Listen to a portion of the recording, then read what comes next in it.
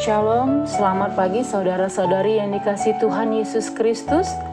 Renungan kita pagi hari ini terambil dari Injil Markus pasalnya yang ketiga ayat 1 sampai 19 dengan tema memiliki pengenalan yang benar akan Tuhan.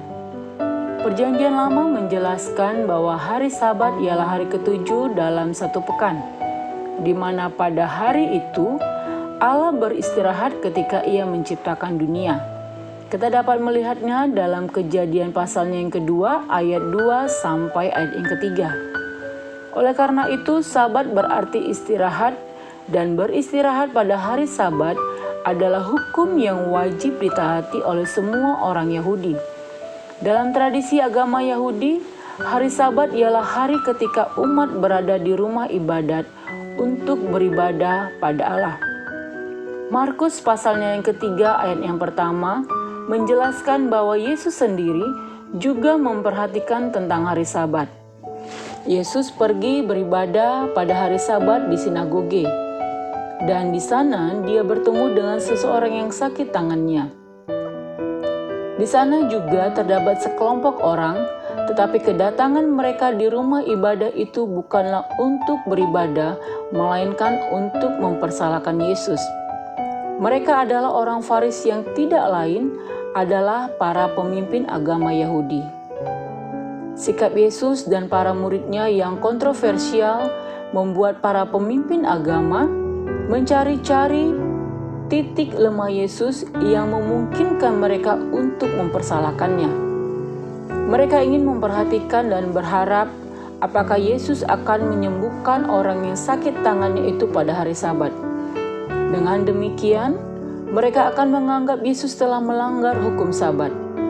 Mereka bukannya memiliki belas kasihan terhadap orang itu, tetapi berusaha mengamati Yesus, apakah Yesus akan melanggar hukum Sabat dan menyembuhkan orang tersebut. Para pemimpin agama membuat peraturan bahwa menyembuhkan termasuk dalam kategori bekerja, sementara bekerja dilarang pada hari Sabat. Ketika Yesus mengetahui pikiran jahat mereka, Dia memanggil orang yang sakit tangannya itu dan menyembuhkannya. Berdasarkan hal ini, Yesus mau menyampaikan bahwa Dia adalah Tuhan atas hari Sabat. Yesus mau memperbaiki tradisi yang salah ini, karena tradisi ini telah menghancurkan pikiran dan rasa kemanusiaan mereka. Yesus marah karena kedegilan hati mereka. Bahkan mereka juga berkoalisi dengan orang-orang Herodian untuk membunuh Yesus. Bagaimana mungkin mereka bisa bertindak begitu teganya melihat orang yang sakit, padahal saat itu ada Yesus yang sanggup menyembuhkan orang tersebut. Mereka adalah para pemimpin agama. Seharusnya mereka paham tentang bagaimana harus mempraktekkan perintah agama dengan benar. Tetapi nyatanya tidak. Mereka lebih mengutamakan legalisme daripada memperhatikan praktik kasih bagi sesama. Yesus juga sanggup melakukan berbagai macam mujizat. Banyak orang mengikut Yesus, tetapi ketertarikan mereka mengikut Yesus adalah karena mujizat yang Dia lakukan. Itu sebabnya Yesus mengambil jarak dan menyuruh muridnya untuk menyediakan perahu, karena motivasi mereka salah. Orang banyak mengikut Yesus hanyalah karena mujizat yang Dia lakukan. Yesus juga melarang roh-roh jahat yang melihat Dia memberitahukan siapa Yesus sebenarnya. Karena Yesus ingin menyampaikan kemesiasannya melalui penderitaan atau jalan salib, bukan hanya melalui mujizat dan pengusiran roh-roh jahat. Renungkanlah, saudara-saudari yang dikasihi Tuhan Yesus Kristus, Yesus adalah Tuhan atas hari Sabat. Hari Sabat adalah hari di mana umat Tuhan datang kepada Tuhan, bukannya untuk mencari musuh.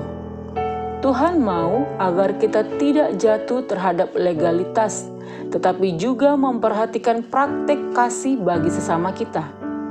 Saudara-saudari yang dikasihi Tuhan, kita juga harus memperhatikan bagaimana motivasi kita ketika kita mengikut Tuhan Yesus? Apakah kita mengikut Yesus hanya karena mujizat-mujizat yang Yesus lakukan?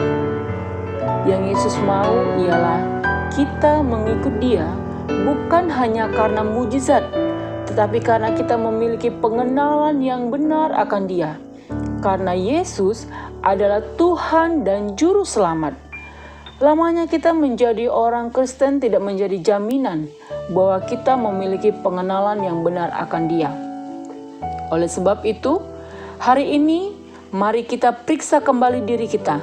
Sejauh mana kita sudah memiliki pengenalan yang benar tentang Tuhan Yesus. Selamat beraktivitas, Tuhan Yesus memberkati. Shalom.